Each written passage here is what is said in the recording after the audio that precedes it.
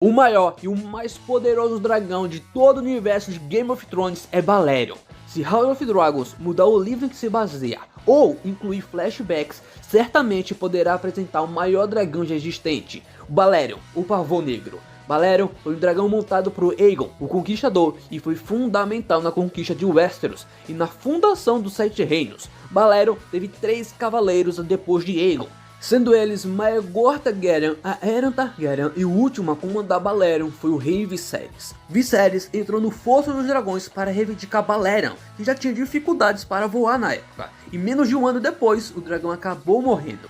Os dragões de House of Dragon são muito mais do que apenas criaturas majestosas, eles são símbolos de poder, legado e destruição. E é claro, a série promete explorar essa dinâmica de maneira rica e envolvente, mantendo os espectadores cativados pela grandiosidade e a tragédia dos Targaryen.